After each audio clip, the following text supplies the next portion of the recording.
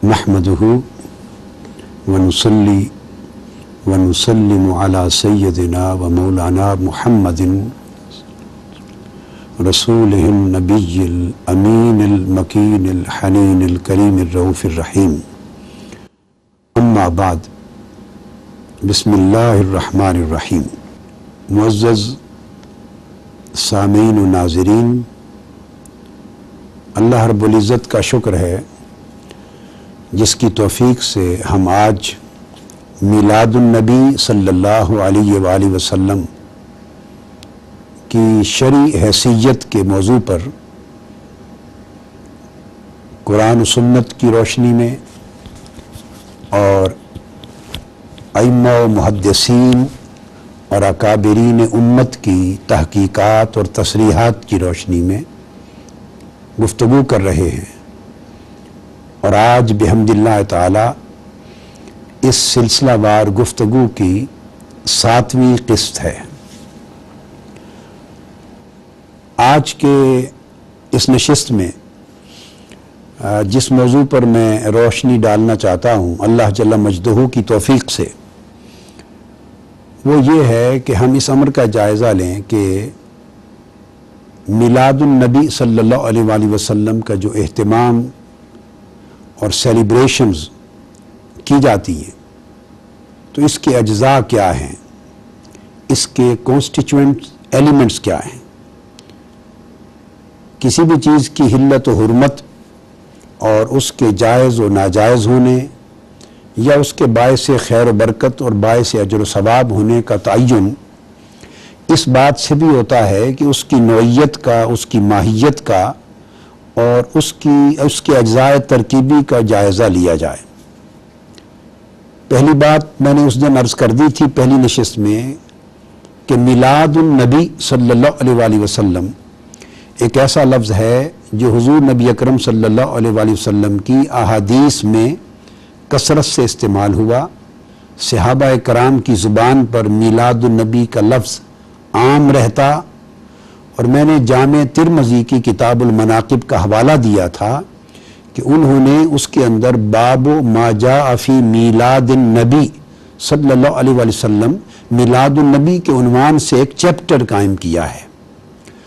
اب میلاد النبی کا مطلب فقط یہ ہے کہ حضور علیہ الصلوۃ والسلام کی ولادت باسعادت کی خوشی منانا شرعی طریق پر، اور اس شرعی طریق میں نے عرض کیا کہ اللہ تعالیٰ کی نعمت جس دن نصیب ہو تو قرآن اور سنت سے ثابت ہے کہ ایک تو اس کی خوشی منانے کا طریقہ اللہ رب العزت کا شکر بجا لانا ہے۔ سو میلاد سیلیبریشنز میں تشکر کا، شکر کی بجا آوری کا عنصر بھی غالب پایا جاتا ہے۔ دوسرا حصہ سیلیبریشنز آف میلاد النبی اس کا ہوتا ہے کہ تحدیث نعمت، اللہ کی اس نعمت کا زیادہ سے زیادہ چرچا کرنا، تشہیر کرنا، اور دنیا کے گوشے گوشے تک اور لوگوں کے اندر اکناف و اطراف عالم تک اس نعمت کی خوشی اور اس نعمت کے احساس تشکر کو کمیونیکیٹ کرنا، پہنچانا۔ تو اما بنعمت ربک فحدث، سو تحدیث نعمت بھی کثرت سے نثر میں، خطابات میں، تقاریر میں، نعت خوانی میں ہوتی ہے۔ تیسرا پہلو میں نے عرض کیا تھا، اللہ رب العزت نے فرمایا فَلْيَفْرَحُوا، اللہ کی نعمت کے حصول پر خوشی مناؤ، تو اس میں خوشیاں منانے کا عنصر ہوتا ہے۔ اب صاف ظاہر ہے خوشی منانا اس کے لیے کچھ سما ہوتا ہے، صاف ظاہر ہے اس کے لیے آدمی اہتمام کرتا ہے، کھانا کرتا ہے، محافل کرتا ہے، چراغاں کرتا ہے، ایک اچھا ایٹماسفیئر کریٹ کرتا ہے۔ اظہار مسرت کے جائز شرعی سینکڑوں طریقے ہیں، ان ساروں کو بروئے کار لایا جاتا ہے، تو یہ صورت بھی اس میں شامل ہے۔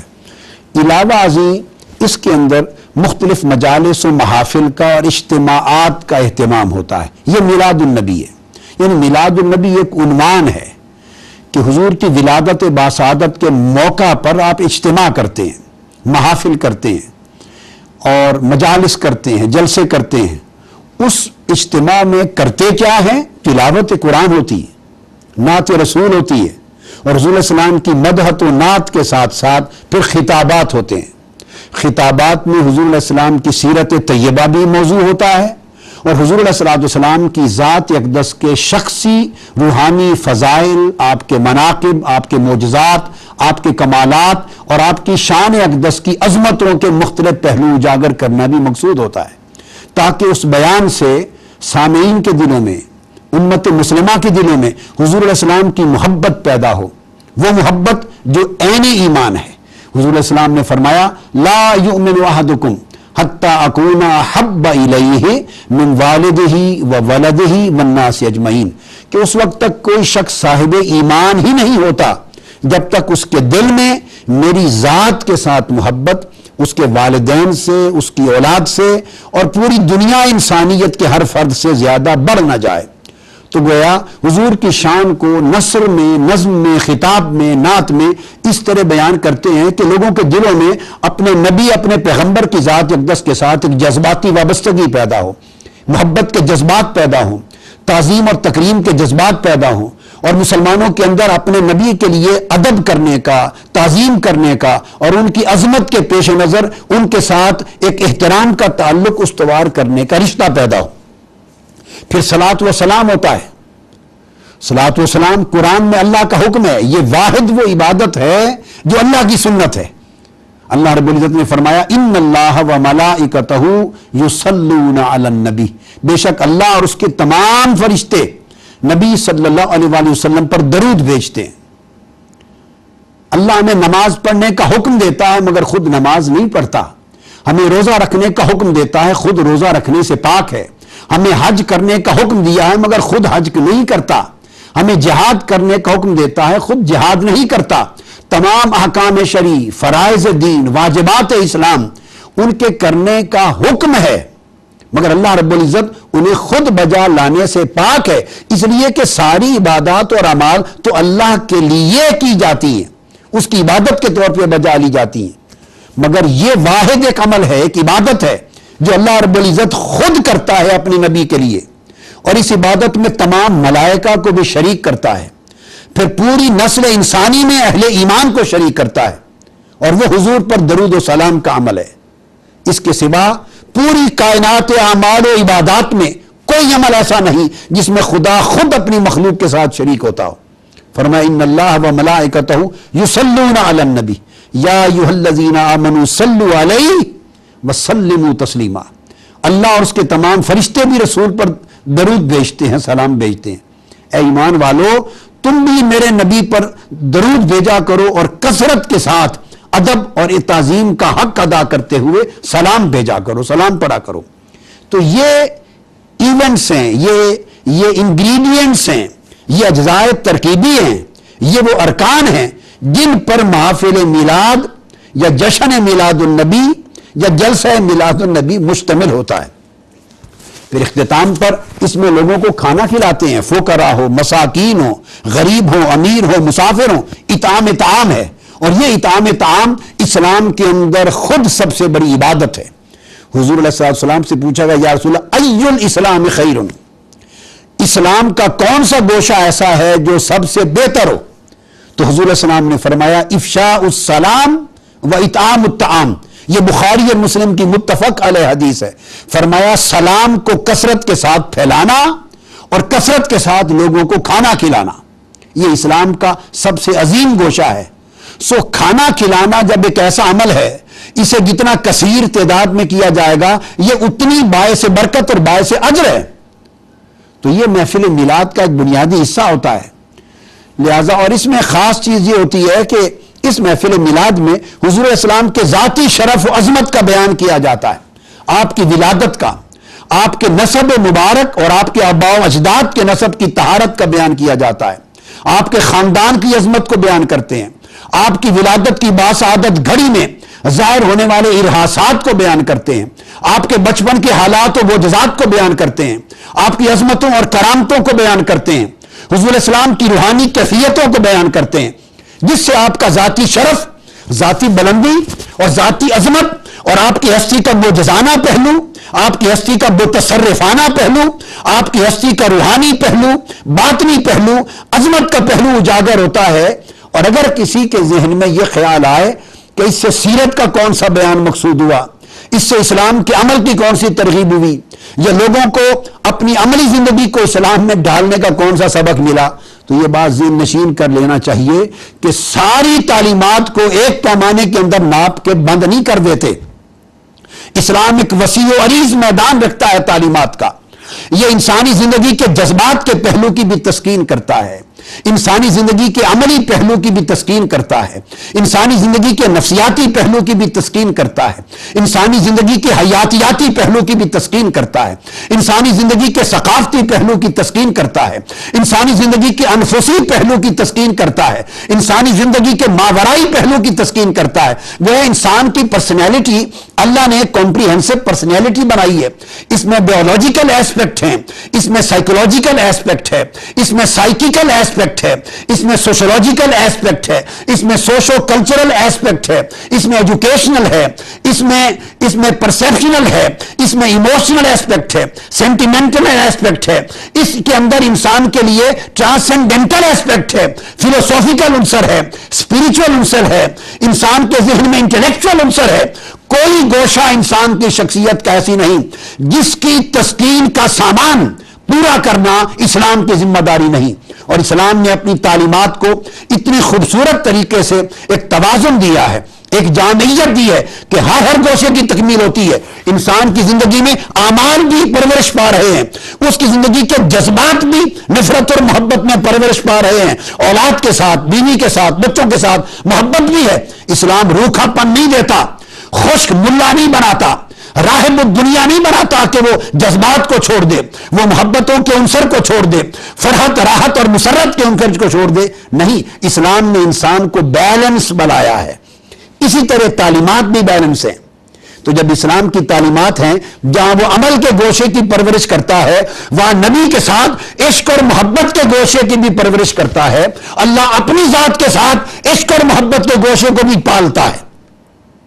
جہاں اس نے فرمایا اقیم الصلاۃ، نماز پڑھو، اقیم الصلاۃ لذکری، جہاں اس نے فرمایا کتب علیکم الصیام، تم پر روزے فرض ہیں، جہاں اس نے عملی زندگی کی تلقین کی، حج کی، زکوٰۃ کی، صدقات کی، خیرات کی، حلال و حرام کی، وہاں اس نے کہا الذین آمنوا اشد حبا للہ، ایمان والے وہ ہیں جو ٹوٹ ٹوٹ کر اللہ سے عشق کرتے ہیں، اللہ سے محبت کرتے ہیں، ماں باپ سے بڑھ کر محبت کرتے ہیں، اپنے گھر بار، تجارت، مال دولت، دنیا کی راحت آسائش اور دنیا کی ساری لذت آفرینی کی چیزوں سے بڑھ کر خدا سے، اس کے حبیب مصطفیٰ سے اور دین سے عشق و محبت کرتے ہیں. احب الیکم من اللہ و رسولہ، کوئی شے اللہ اور اللہ کے رسول کی محبت سے بڑھ کر نہ ہو. تو آپ نے دیکھا محبت کے گوشے بھی ہیں، اور یہ محبت کے گوشوں سے صحابہ کرام کی زندگی بھری پڑی ہے.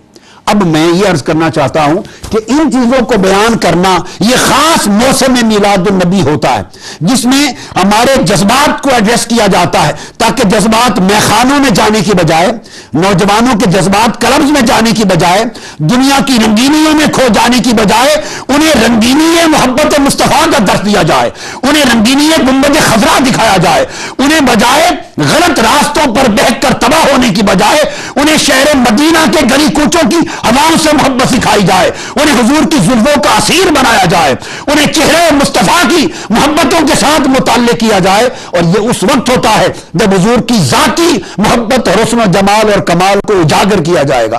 یہ مضمون میلاد ہے.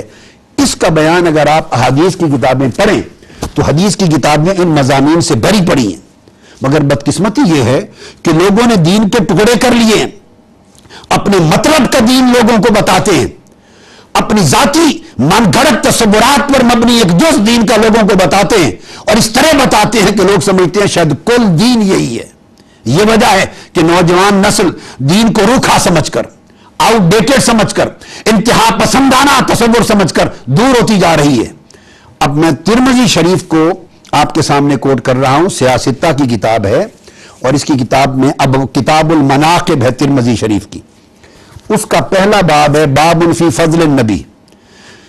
اس کے اندر حضور علیہ السلام نے جو حدیث بیان کی، صحابہ کرام سے پوچھا، یہ بڑی قابل توجہ، یہ مضمون میلاد ہے جو حضور خود بیان کرتے، اجتماع منعقد کرتے، منبر رکھوایا جاتا، صحابہ کا اجتماع ہوتا، جہاں کبھی کبھی حضور خطاب میں ان کو کبھی نماز کی تلقین فرما رہے ہیں، کبھی روزے کی، کبھی حج کی، کبھی زکوٰۃ کی، کبھی لوگوں کے ساتھ رشتہ و سلوک کی، کبھی نیکی کی، تقویٰ کی، بر کی، صلہ رحمی کی، اور معاشرتی معاملات، دینی معاملات، سماجی معاملات، اخلاقی معاملات، جہاں طرح طرح کی عملی زندگی کو سنوارنے کے خطاب ہو رہے ہیں، وہاں کبھی کبھی منبر پہ کھڑے ہو کر آقا کہ خطابات کا موضوع اپنی ذات کی عظمت، اپنی ذات کی کرامت، اپنا معجزہ، اپنا نسب، اپنی ولادت، یہ بھی آقا علیہ السلام کا موضوع خطاب ہوا کرتا تھا۔ یہی موضوعات جشن میلاد النبی کا عنوان ہے۔ مگر بدقسمتی یہ ہے کہ لوگ جب آج دین کی تبلیغ کرتے ہیں تو ان سارے گوشوں کا بلیک آؤٹ کر دیتے ہیں ٹی وی پر، تقریروں میں۔ میں اس کو اجاگر کر رہا ہوں۔ تو حضور علیہ السلام نے فرمایا صحابہ کرام کو منبر پہ کھڑے ہوئے، یہ حدیث کتاب المناقب باب اول ہے، فی فضل النبی سے کوٹ کر رہا ہوں۔ صحابہ کا اجتماع، فرمایا قال من انا، لوگوں بتاؤ میں کون ہوں۔ اب سوچیں کوئی سوال ہے کرنے کا؟ پوچھا آقا نے میں کون ہوں؟ صحابہ کرام نے عرض کیا قالوا انت رسول اللہ علیہ السلام، یا رسول اللہ آپ پر سلام ہو، آپ اللہ کے رسول ہیں۔ فرمایا ٹھیک ہے میں اللہ کا رسول ہوں، مگر میں پوچھنا چاہتا ہوں کہ میں کون ہوں۔ تو آپ نے دیکھا رسالت کو منصب قرار دیا، اور اس منصب کے ساتھ آج اپنا ذاتی تعارف کروا رہے ہیں۔ فرمایا قال انا محمد بن عبداللہ ابن عبد المطلب، میں محمد بن عبداللہ بن عبد المطلب ہوں۔ اپنا نسب بیان کیا، جبکہ حضور کا نسب شہر مکہ کا بچہ بچہ جانتا تھا، یہ کوئی ایسی بے خبری کی چیز نہیں تھی، ہر شخص جانتا تھا۔ مگر آپ نے اپنے نسب پاک کو، ولادت کو، خاندان کی عظمت کو، شرافت کو بیان کرنا، اس کو اپنی سنت بنایا۔ پھر فرمایا ان اللہ خلق الخلق فجعلنی فی خیرہم، اللہ نے کل مخلوقات کو پیدا کیا اور سب سے اعلیٰ مخلوق میں میری پیدائش ہوئی۔ ثم جعلہم فرقتین فجعلنی فی خیرہم فرقتن، پھر ساری مخلوق کو دو گروہوں میں تقسیم کیا اور مجھے سب سے اعلیٰ گروہ میں پیدا فرمایا۔ فرمایا ثم جعلہم قبائل وجعلنی فی خیرہم قبیلتن، پھر ساری انسانی مخلوق کو قبائل میں تقسیم کیا اور مجھے سب سے اعلیٰ قبیلے میں پیدا کیا۔ آپ دیکھیں یہ سارا مضمون میلاد آ رہا ہے کہ میں کہاں پیدا ہوا، کس گروہ میں پیدا ہوا، کس قبیلے میں پیدا ہوا، مخلوق کے کس طبقے میں پیدا ہوا، تسلسل سے ولادت کا موضوع آ رہا ہے۔ پھر فرمایا ثم جعلہم بیوتا فجعلنی فی خیرہم بیتا، پھر اس اعلیٰ قبیلے کو مختلف گھروں میں، خانوادوں میں تقسیم کیا اور مجھے سب سے اعلیٰ خانوادے اور گھر میں پیدا کیا۔ وَأَنَا خَيْرُهُمْ بَيْتًا وَخَيْرُهُمْ نَفْسًا، سو میں اپنے خاندان کے اور گھر کے اعتبار سے بھی سب سے بلند و بالا ہوں اور اپنے نفس اور ذات کے اعتبار سے بھی سب سے اعلیٰ و افضل ہوں۔ یہ امام ترمذی نے حدیث حسن روایت کی۔ اب آپ نے دیکھا کہ یہ مضمون ان عملی تعلیمات پر مشتمل اسلامی موضوعات سے مختلف ہے۔ اس کا براہ راست جو ٹارگٹ ہے حضور علیہ السلام کی ذاتی عظمت کا بیان، تاکہ عشق، محبت، ادب اور تعظیم کا تعلق حضور سے اشتباہ ہو جائے۔ آج مادی طرز تعبیر نے دین کو ان چیزوں سے محروم کر کے نوجوان نسل کا علاقہ اور نئے تعلیم یافتہ لوگوں کے ذہنی اور قلبی علاقے کو حضور کی ذات سے عشق اور محبت کے رابطے کو کاٹ کر انہیں اندھیروں میں، گمراہیوں میں پھینک دیا ہے۔ ان کو روایت کر کے 4-5 حدیثیں اپنے قبیلے کی، بنی کنانہ کی، قریش کی، پھر قریش میں بنی ہاشم کی، بنی ہاشم میں اپنے خاندان کی، یہ سب سے پہلی حدیث ہے۔ اس کے بعد حضور علیہ السلام وہ حدیث امام ترمذی لائے ہیں۔ پھر صحابہ نے پوچھا عن ابی ہریرہ، روایت کرتے ہیں وہ یا رسول اللہ متی وجبت لک النبوہ، آپ کو نبوت کب ملی اور نبوت آپ کے لیے کب ثابت و واجب ہوئی؟ اب بولیے کیا یہ ایک سوال کرنے کا ہے؟ اگر اس سے مراد بعثت تھی، اعلان نبوت تھا، تو کس کو معلوم نہیں ہے کہ حضور کی بعثت 40 برس کی عمر مبارک میں ہوئی؟ مگر اس کے باوجود پوچھا، اس کا مطلب ہے وہ بعثت کا سوال نہیں کر رہے تھے، وہ عالم بالا میں حضور کی اس روحانی زندگی کی ابتدا کی بات کر رہے ہیں جب آپ کو خلعت نبوت کے ساتھ سرفراز کیا گیا۔ تو آپ نے فرمایا قال وآدم بین الروح والجسد، میں اس وقت بھی نبی تھا جب حضرت آدم کا پتلا یعنی جسم ابھی پانی اور مٹی کے خمیر کے درمیان تھا۔ تو وہ آقا علیہ السلام نے اپنی ولادت سے پہلے اپنی تخلیق کا بیان کیا۔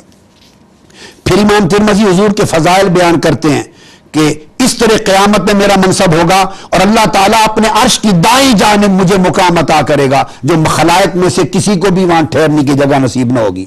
پھر حضور بیان کرتے ہیں الا وانا حبیب اللہ ولا فخر، الا وانا حامل لواء الحمد ولا فخر، الا وانا اول شافع واول مشفع ولا فخر، انا اول من يحرك خلق الجنة فيفتح الله لي ولا فخر، انا اکرم الاولین والآخرین ولا فخر۔ آپ نے فرمایا لوگوں سنو میں اللہ کا محبوب ہوں اور فخر نہیں، میں قیامت کے دن اللہ کی حمد کا جھنڈا میرے ہاتھ میں ہوگا، فخر نہیں۔ حضرت آدم سے عیسیٰ تک ہر کوئی میرے جھنڈے کے نیچے ہوگا، فرمایا فخر نہیں۔ پہلا شفاعت کرنے والا اور پہلا مقبول و شفاعت میں ہوں گا، کوئی فخر نہیں۔ جنت کا دروازہ کھول کر جنت کا افتتاح کرنے والا میں ہوں گا، فرمایا اس پر فخر نہیں۔ اور میں اول و آخر ساری مخلوقات کی بزرگ ترین ہستی ہوں گا، اس پر فخر نہیں۔ آپ نے دیکھا میں نے نمونے کی یہ حدیثیں بیان کی ترمذی شریف سے، اسی طرح بخاری شریف میں بھری پڑی ہیں، مسلم میں ہیں۔ مقصود بیان کرنے کا یہ ہے کہ ان مضامین کو بیان کرنا جو محافل میلاد میں حضور کی ذاتی شرف عظمت پہ مرکوز کیے جاتے ہیں مضامین، اور نعت کا مضمون یہ ہوتا ہے، اور لوگ کہتے ہیں یہ نعت خوانی کیا ہے؟ حضور کے رخسار کی بات کرتے ہو، حضور کے گیسوں کی بات کرتے ہیں، حضور کی عظمت کی شانوں کی بات کرتے ہیں، اس میں کوئی دین نماز روزے حج زکوٰۃ کی تعلیم نہیں ہوتی۔ یعنی ایسا ہے جیسے ہم نے اسلام کو بالکل توڑ کے آدھا کاٹ کے رکھ دیا ہے۔ یہ نعت خوانی، یہ میں نے جو احادیث بتائیں، کیا یہ دین نہیں ہے؟ کیا یہ اسلام نہیں ہے؟ کیا یہ فرامین مصطفیٰ نہیں ہے؟ ان کو نکال دیا جائے؟ نہیں، ہمیں اسلام کو بطور کل دیکھنا ہوگا۔ اور نعت خوانی جو محفل میلاد کا عین مرکزی نقطہ ہے وہ حضور کی سنت ہے۔ حضور علیہ الصلوۃ والسلام کے صحابہ میں 34 صحابہ نعت خوان تھے، 34 صحابہ جہاں مفسر تھے، محدث تھے، صحابہ دین کی تبلیغ کرنے والے، وہاں شعراء تھے، اور 34 صحابہ نعت خوان تھے۔ حضرت عباس بن عبد المطلب نعت خوان تھے، حضرت حمزہ حضور کے چچا نعت خوان تھے، ابو طالب حضور کے چچا نعت خوان تھے، چاروں خلفائے راشدین ابو بکر عمر عثمان و علی نعت خوان تھے، سیدہ فاطمہ سیدہ صفیہ حضور کی پھوپھی نعت خوان تھی، ابو سفیان بن حارث، عبداللہ بن رواحہ، کعب بن مالک، حسان بن ثابت، حضرت زہیر، عمر بن مالک، عباس بن مرواس، اور اسی طرح قرہ بن حبیرہ، اور اسی طرح ابو عزہ، عبداللہ، بکر بن وائل، مالک بن نمت، اناس بن زنین، اسید بن سلمہ، مالک بن سعد، قیس بن بہد، عمر بن سبیع، طالب بن اسید، نابغہ الجادی، مازن بن خدومہ، الاعمشی، فضالہ، عمر بن سالم، یہ 34 صحابہ میں نے فہرست دی ہے، حضور علیہ السلام کے نعت خوان تھے۔ اور آقا علیہ الصلوۃ والسلام جہاں دین کی تعلیمات کے لیے خطاب کرتے، وہاں صحابہ کرام کا اجتماع منعقد کر کے اپنی محفل نعت خود منعقد کروایا کرتے تھے۔ آپ اٹھا کے دیکھیے ترمذی شریف اور مسلم کتب حدیث میں آتا ہے، ام المومنین حضرت عائشہ صدیقہ روایت کرتی ہیں کہ حضرت حسان بن ثابت کے لیے حضور ممبر لگواتے، وہ ممبر مسجد کے اندر رکھا جاتا، اس پہ کھڑے ہوتے اور حضور کی نعت پڑھتے، اور حضور علیہ السلام فرماتے ان اللہ یؤید حسان بروح القدس ما یفاخر و ینافع عن رسول اللہ۔ یہ ترمذی الجامع الصحیح کتاب الادب کی حدیث ہے، اور امام احمد بن حنبل اور حاکم نے روایت کیا، حضور فرماتے جب تک حسان ممبر پہ کھڑے ہو کے میری نعت پڑھتا رہے، اے اللہ جبرائیل امین کو اس کے پیچھے اس کی مدد کے لیے تو قائم رکھ۔ اس طرح کی بہت ساری احادیث ہیں۔ صحیح مسلم شریف میں کتاب الفضائل میں حدیث آتی ہے، حضور نے فرمایا کہ جب حسان بن ثابت میری نعت پڑھتا ہے تو جبرائیل امین لا یزال یؤیدک، حسان جبرائیل اس وقت تک جب تک تو نعت پڑھتا رہے تیرے پیچھے کھڑے ہو کے تیری تائید کرتا رہتا ہے۔ یہ صحیح مسلم کی حدیث ہے۔ اسی طرح پھر جب فتح مکہ ہوا، حضور علیہ السلام فتح مکہ کے جلوس کی شکل میں داخل مکہ ہوئے، حرم کعبہ کے اندر حضرت عبداللہ بن رواحہ قیادت کر رہے تھے، نعت خوان تھے، اور بآواز بلند اس جلوس فاتحین مکہ کے اندر حضور کی نعتیں پڑھ کے حرم کعبہ میں داخل ہوئے۔ سیدنا فاروق اعظم رضی اللہ تعالیٰ عنہ کو خیال آیا کہ حضور بھی موجود ہیں، حرم کعبہ ہے، اونچی اونچی آواز سے شعر پڑھ رہے ہیں۔ انہوں نے کہا حضور کی موجودگی میں حرم کعبہ میں شعر پڑھ رہے ہو، کیا یہ مناسب ہے؟ حضور نے حضرت عمر فاروق کو روک دیا، فرمایا نہیں اے عمر، اس کو پڑھنے دے، اس کی نعتیہ اشعار سے دشمنان دین کے سینوں میں اور ان کے دلوں میں تیر چل رہے ہیں۔ آج انہیں پتا چلے کہ اسلام جس کو تم نے نکالا تھا غلبے اور فتح کی شان کے ساتھ دوبارہ داخل ہوا ہے۔ تو حضور علیہ السلام نے نعت خوانی کا اتنا تحفظ کیا یہ حدیث جو میں نے بیان کی پوری ترمذی میں ہے کتاب الادب میں، سنن نسائی کے کتاب المناسک میں ہے اور دیگر کتب میں ہے۔ حضرت عامر بن اقوا کی نعت حضور نے سنی اور دعا دی، حضرت عباس بن عبد المطلب کی نعت حضور نے سنی اور دعا دی۔ اسی طرح حضور کے صحابی کعب بن زہیر کافر تھے، حضور اور اسلام کے خلاف حجب کہتے تھے، مسلمان ہونے کے لیے آئے، آقا کی بارگاہ میں ہاتھ پیش کیا، عرض کیا یا رسول اللہ اسلام قبول کرتا ہوں۔ عرض کیا حضور میں نے نعت لکھی ہے، وہ قصیدہ بانت سے عاد ہے، اجازت ہو تو پڑھوں؟ آقا نے فرمایا پڑھو۔ تو حضرت کعب بن زہیر نے مسلمان ہو کر پہلی مجلس میں آقا علیہ السلام کی بارگاہ میں 200 اشعار پہ مشتمل حضور کی نعت پڑھی اور قصیدہ پڑھا، اور اس قصیدے میں جب یہ شعر آیا ان الرسول لنور یستضاء بہ محمد من سیوف اللہ مسلول، بے شک رسول اللہ نور ہیں اور ان سے نور حاصل کیا جاتا ہے، اور یہ اللہ کی تلواروں میں سے بڑی تیز دھار تلوار ہے جو دین کی حفاظت کرتی ہے۔ آقا علیہ السلام اتنا خوش ہوئے کہ حدیث میں آتا ہے کہ آپ نے اپنی کملی چادر اتار کے کعب بن زہیر کی طرف پھینکی اور فرمایا تجھے اس نعت پڑھنے پر تحفہ عطا کرتا ہوں۔ یعنی یہ تمام احادیث طبرانی میں، بہقی میں، ابن ہشام میں، مجموع الزوائد میں، حاکم مستدرک میں ہیں۔ ایک نابغہ جاجی حضور کے صحابی ہیں، 125 اشعار پہ مشتمل حضور کی نعت پڑھی، آقا علیہ السلام خوش ہوئے اپنی نعت سن کر۔ آپ اندازہ کریں جس میں 200 اشعار کی نعتیں پڑھی جاتی تھی، وہ محفل نعت اور محفل میلاد مصطفیٰ کتنی طویل ہوتی ہوگی۔ تو آپ خوش ہو کے فرمایا اے نابغہ تو نے نعت پڑھی ہے، میری خوش کیا ہے، اللہ تیرے منہ کی رونق کو کبھی خراب نہ کرے، یعنی تیرے دانت کبھی گرنے نہ پائیں۔ صحابہ کہتے ہیں خدا کی قسم ہم نے 100 سال تک دیکھا نابغہ جاگی کو، اس کا دانت جب بڑھاپے میں گرتا پہلا دانت گرا نہیں ہوتا تھا، دوسرا دانت پیدا ہو جاتا۔ دعائے مصطفیٰ نے اس کے دانتوں کی یہ جو خوبصورتی تھی کبھی ختم نہیں ہونے دی۔ تو حضور صلی اللہ علیہ وآلہ وسلم نے اس کو اپنی سنت بنایا اور ہمیشہ معمول رہا ہے۔ سو محافل میلاد کا بنیادی تصور حضور کی سیرت کا پیغام دینا اور اس میں خاص طور پہ حضور کی ولادت باسعادت اور آپ کی ذاتی عظمت کو بیان کر کے حضور کی محبت اور تعظیم اور ادب کے رشتوں کے چراغ مسلمان امت کے دلوں میں جلانا اور کٹے ہوئے رشتوں کو اپنے جذبات کے ساتھ پھر گنبد خضرا کی سرکار کے ساتھ جوڑ دینا ہے۔ یہ صحابہ کرام کا طریقہ اور پوری امت مسلمہ کی تاریخ میں یہ عمل سنت رہا ہے۔ اگلی نشست میں انشاءاللہ تعالی میں ائمہ اور محدثین اور کتب تاریخ کے حوالے سے بیان کروں گا کہ یہ صرف پاک و ہند کا طریق نہیں بلکہ پوری تاریخ اسلام میں اور پورے عالم میں اسلام میں محافل میلاد کے جشن امت پوری کا معمول بھی رہا ہے۔ اللہ رب العزت ہمیں اس کی صحیح معرفت عطا کرے اور اس کی صحیح روح کو سمجھ کر عمل کرنے کی توفیق عطا فرمائے۔ وما علینا الا البلاغ۔